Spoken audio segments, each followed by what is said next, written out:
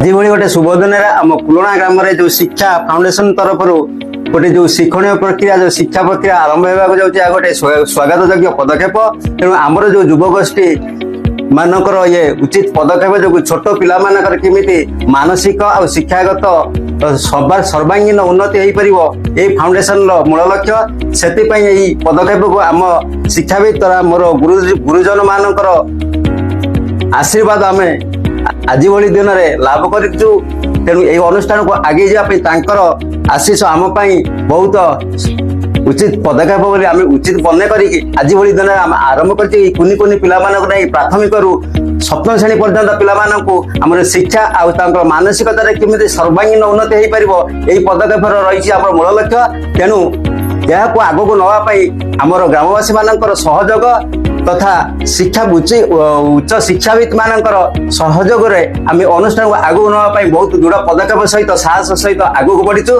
से जो भाई मानकर सहयोग पदक्षेप को आगू बढ़ा जाऊँगी से अशेष धन्यवाद।